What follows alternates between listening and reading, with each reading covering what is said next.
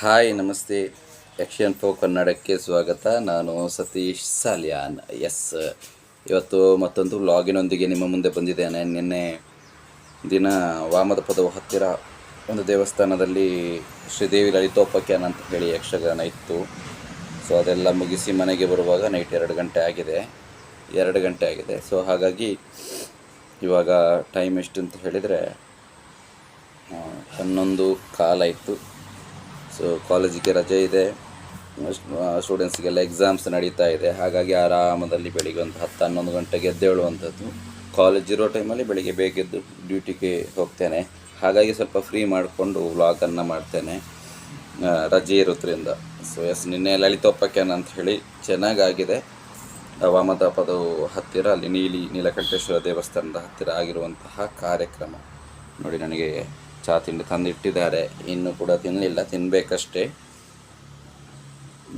ನೆನ್ನೆ ನನ್ನದು ವ್ಲಾಗ್ ಮಾಡಿದ್ದೆ, ಸಂದರ್ಶನ ಎಲ್ಲ ಯಾರ್ದು ಮಾಡಬೇಕು ಏನಂತ ಹೇಳಿ. ಅದಕ್ಕೆ ಒಳ್ಳೆ ಪ್ರತಿಕ್ರಿಯೆಯನ್ನು ಕೊಟ್ಟಿದ್ದೀರಿ. ಒಂದಷ್ಟು ವ್ಯಕ್ತಿಗಳ ಹೆಸರನ್ನೆಲ್ಲ ಸೂಚಿಸಿದ್ದೀರಿ. ಅದರಲ್ಲಿ ನಾನು ಕೆಲವರ ಹತ್ರ ಕೇಳಿದ್ದೇನೆ. ಕೆಲವರು ನಮ್ಮದು ಇಂಟರ್ವ್ಯೂಸ್ ಬೇಡ ಅಂತ ಹೇಳಿದ್ದಾರೆ, ಕೆಲವರು ಮಾತಾಡುವಂತಹ ಸ್ಥಿತಿಯಲ್ಲಿಲ್ಲ, ವಯಸ್ಸಾಗಿದೆ ಅಂತ ಹೇಳಿ. ಸೊ ಹಾಗಾಗಿ ನೋಡುವ, ಸಾಧ್ಯ ಆದಷ್ಟು ಮಾಡ್ತೇನೆ. ಮತ್ತು ಏನಂತ ಕೇಳಿದರೆ, ನಾನು ಇವಾಗ ಎದ್ದು ಫ್ರೆಶ್ ಅಪ್ ಎಲ್ಲ ಆದೆ.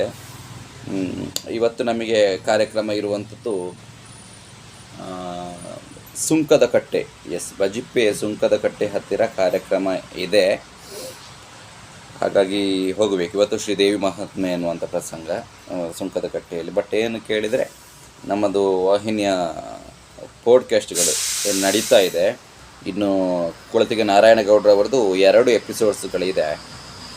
ಆದ ನಂತರ ಮತ್ತೊಬ್ಬರು ವಿಶೇಷ ಅತಿಥಿಗಳನ್ನು ನಿಮ್ಮ ಮುಂದೆ ತರ್ತೇನಂತ ಹೇಳಿದ್ದೆ. ಸೊ ಅವರ ಇಂಟರ್ವ್ಯೂಸ್ ಇನ್ನು ಆಗಬೇಕು.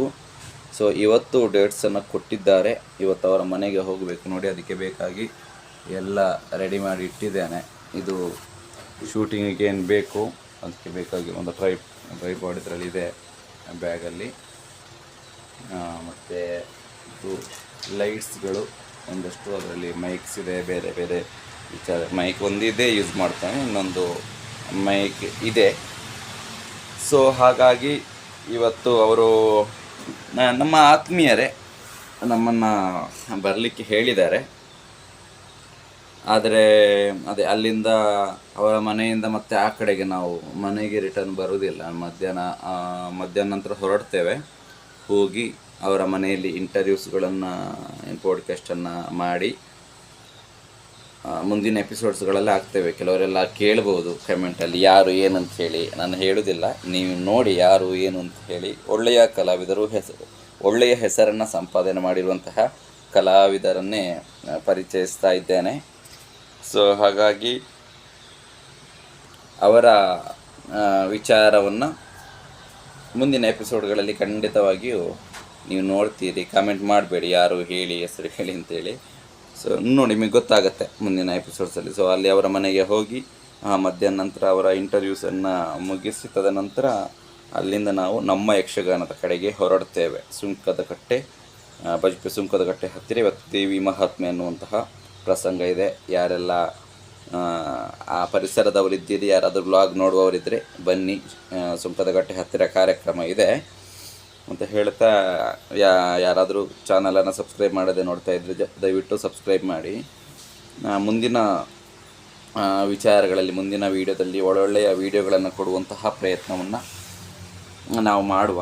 ಒಳ್ಳೆಯ ಸಪೋರ್ಟ್ ಅನ್ನುವಂಥ ಸಿಗ್ತಾ ಇದೆ. 2,000 ಚಾನಲ್ ಆರಂಭಿಸಿ 5-6 ತಿಂಗಳಾದ್ದು. ಒಳ್ಳೆಯ 2,000 ಚಿಲ್ಲರೆ, 2,100 ಏನೋ ಆಯಿತು ಅನಿಸುತ್ತೆ ಸಬ್ಸ್ಕ್ರೈಬರ್ಗಳಾಗಿದ್ದಾರೆ, 2,080 ಏನೋ. ಸೊ ಒಳ್ಳೆಯ ಸಪೋರ್ಟ್ ನಿಮ್ಮ ಕಡೆಯಿಂದ ಸಿಗ್ತಾ ಇದೆ. ನಾನು ಮತ್ತೊಮ್ಮೆ ಹೇಳ್ತಾ ಇದ್ದೇನೆ, ನಮ್ಮದು ದಕ್ಷಿಣ ಕನ್ನಡ ಅಥವಾ ಉಡುಪಿ ಈ ಭಾಗದವರು ಮಾತ್ರ ಅಲ್ಲ, ಆಲ್ಮೋಸ್ಟ್ ಬೆಂಗಳೂರು ಪರಿಸರದವರಿದ್ದಾರೆ, ಬೇರೆ ಕಡೆಯವರು ಕೂಡ ನಮ್ಮ ಸಬ್ಸ್ಕ್ರೈಬರ್ಗಳಿದ್ದಾರೆ. ನಿಮಗೆಲ್ಲರಿಗೂ ಕೂಡ ಮತ್ತೊಮ್ಮೆ ನಾನು ಥ್ಯಾಂಕ್ಸ್ ಅಂತ ಹೇಳ್ತಾ ಇದ್ದೇನೆ. ಒಂದಷ್ಟು ನಾನು ಯಕ್ಷಗಾನ ಕಲಾವಿದ ಆಗಿರೋದ್ರಿಂದ ಯಕ್ಷಗಾನಕ್ಕೆ ಸಂಬಂಧಪಟ್ಟ ವ್ಲಾಗನ್ನು ಹಾಕ್ತಾ ಇದ್ದೇನೆ. ಬಟ್ ಆದರೂ ಮುಂದಿನ ಕೇವಲ ಯಕ್ಷ ಇನ್ಫೋ ಕನ್ನಡ ಅಂತ ಹೇಳಿದ್ದು, ನಾನು ಯಕ್ಷಗಾನದಲ್ಲಿ ಇರೋದ್ರ ಕಾರಣ ಯಕ್ಷ ಇನ್ಫೋ ಕನ್ನಡ ಅಂತ ಹೇಳಿ ಹೆಸರನ್ನು ಇಟ್ಟಿರುವಂಥದ್ದು. ಕೇವಲ ಯಕ್ಷಗಾನದ ವೀಡಿಯೋನು ಅಂತ ಹೇಳಿ ಅಲ್ಲ, ಅದಕ್ಕೆ ಸಂಬಂಧಪಟ್ಟ ವೀಡಿಯೋಸ್ಗಳು ಅಂತ ಹೇಳಿ ಅಲ್ಲ. ಮುಂದಿನ ದಿನಗಳಲ್ಲಿ ಒಂದಷ್ಟು ಬದಲಾವಣೆಗಳನ್ನು ಮಾಡುವಂತಹ ಪ್ಲ್ಯಾನಿಂಗ್ಗಳಿದೆ. ನಿಮ್ಮ ಸಪೋರ್ಟ್ ಹೇಗೆ ಸಿಗ್ತದೆ ಹಾಗೆ ನಾನು ಮುಂದುವರಿಸಿಕೊಂಡು ಹೋಗ್ತೇನೆ. ನಿನ್ನೆ ದಿನ ಹೇಳಿದ್ದೆ, ಯಾವುದು ನಾಟಕ ಕ್ಷೇತ್ರ, ಶಿಕ್ಷಣ ಕ್ಷೇತ್ರ, ಹೀಗೆ ಬೇರೆ ಬೇರೆ ಕಡೆಯಲ್ಲಿ ಸಾಧನೆ ಮಾಡಿದವರ ಈ ಪ್ರತಿಯೊಬ್ಬರನ್ನು ಸಂದರ್ಶನ ಮಾಡುವಂಥ ಪ್ರಯತ್ನ ನನ್ನಿಂದ ಆದಷ್ಟರ ಮಟ್ಟಿಗೆ ನಾನು ಮಾಡ್ತೇನೆ. ಯಾವುದೇ ಫಲಾಪೇಕ್ಷೆ ಬಯಸದೆ ನಾನು ಮಾಡ್ತೇನೆ ಅಂತ ಹೇಳ್ತೇನೆ. ಈಗ ಏನಂತ ಕೇಳಿದರೆ, ಈಗ ನನಗೆ ಯಕ್ಷಗಾನ ಶೆಡ್ಯೂಲಲ್ಲಿ ಒಂದು 5-6 ತಿಂಗಳು, ಮೇ 25 ತನಕ ಯಕ್ಷಗಾನ ಕಂಟಿನ್ಯೂ ನಿರಂತರವಾಗಿರುವಂಥದ್ದು. ಹಾಗಾಗಿ ಯಕ್ಷಗಾನ ಕ್ಷೇತ್ರದವರನ್ನು ಆಯ್ಕೆ ಮಾಡಿಕೊಳ್ಳುವಂಥದ್ದು. ಬಟ್ ಮುಂದೆ ಒಂದು 5-6 ತಿಂಗಳು ಗ್ಯಾಪ್ ಇರ್ತದಲ್ಲ, ಆ ಟೈಮಲ್ಲಿ ಉಳಿದ ವಿಚಾರವನ್ನು ಕವರ್ ಮಾಡುವಂತಹ ಪ್ರಯತ್ನವನ್ನು ಮಾಡ್ತೇನೆ ಅಂತ ಈ ಮೂಲಕ ನಿಮಗೆ ಹೇಳ್ತಾ ಇದ್ದೇನೆ. ಸೊ ಹಾಗಾಗಿ ನಮ್ಮ ವಾಹಿನಿ ಈಗ ಸಕ್ಸಸ್ಸನ್ನು ಅಂತ ಹೇಳಿದರೆ ಆರಂಭದ 5-6 ತಿಂಗಳಾದ್ದಲ್ವ, ಒಂದು ಹಂತದಲ್ಲಿ ನೀವು ಸಪೋರ್ಟನ್ನು ಕೊಟ್ಟಿದ್ದೀರಿ. ಮುಂದಿನ ದಿನಗಳಲ್ಲಿ ಒಳ್ಳೆಯ ಉತ್ತಮವಾದಂತಹ ಕಂಟೆಂಟ್ಗಳನ್ನು ನಿಮಗೆ ಖಂಡಿತವಾಗಿಯೂ ಕೊಡ್ತೇನೆ. ಅದು ಕೇವಲ ಯಕ್ಷಗಾನದ್ದು ಮಾತ್ರ ಅಲ್ಲ, ಎಲ್ಲ ವಿಚಾರಗಳನ್ನು ನಿಮ್ಮನ್ನು ರಂಜಿಸುವಂತಹ ಪ್ರಯತ್ನವನ್ನು ನಾನು ಮಾಡ್ತೇನೆ ಅಂತ ಹೇಳ್ತಾ, ಫೇಸ್ಬುಕ್ಕಲ್ಲಿ ಕೂಡ ಯಕ್ಷನ್ ಫಾರ್ ಕನ್ನಡ ಅನ್ನುವಂತಹ ಪೇಜ್ ಇದೆ, ಯಾರು ಫಾಲೋ ಇದ್ರೆ ಮಾಡಿಕೊಳ್ಳಿ. ಇನ್ಸ್ಟಾಗ್ರಾಮಲ್ಲಿ ಸತೀಶ್ ಚಾರ್ಮಾಡಿ ಅಂತ ಇನ್ಸ್ಟಾ ಪೇಜ್ ಇದೆ. ಫೇಸ್ಬುಕ್, ಇನ್ಸ್ಟಾಗ್ರಾಮಲ್ಲಿ ಅಷ್ಟೇನು ಆ್ಯಕ್ಟಿವ್ ಇಲ್ಲ, ನಾನು ಯೂಟ್ಯೂಬೇ ಇದರಲ್ಲಿ ಜಾಸ್ತಿ ಫೋಕಸ್ ಮಾಡುವಂಥ. ಬಟ್ ಯಾರಾದರೂ ಇದ್ದರೆ ಚಾನಲ್ ಫಾಲೋ ಮಾಡಿ ಅಂತ ಹೇಳ್ತಾ, ಮತ್ತೊಮ್ಮೆ ನಿಮ್ಮ ಸಪೋರ್ಟಿಗೆ ಧನ್ಯವಾದಗಳು. ಯಾರೆಲ್ಲ ಇವತ್ತು ಸುಂಕದ ಕಟ್ಟೆಯ ಹತ್ತಿರ ಕಾರ್ಯಕ್ರಮ ಇದೆ, ದೇವಿ ಮಹಾತ್ಮೆ ಅನ್ನುವಂಥದ್ದು, ಅಲ್ಲಿ ಯಾರಾದರೂ ಇದ್ದರೆ ಬನ್ನಿ, ಸಿಗೋಣ, ಮಾತಾಡೋಣ ಅಂತ ಹೇಳ್ತಾ, ಮುಂದಿನ ವ್ಲಾಗಲ್ಲಿ ಸಿಗುವ ಚಾನಲನ್ನು ಸಬ್ಸ್ಕ್ರೈಬ್ ಮಾಡದೇ ಇದ್ದರೆ ದಯವಿಟ್ಟು ಸಬ್ಸ್ಕ್ರೈಬ್ ಮಾಡಿ. ಓಕೆ, ಟೇಕ್ ಕೇರ್, ಬಾಯ್.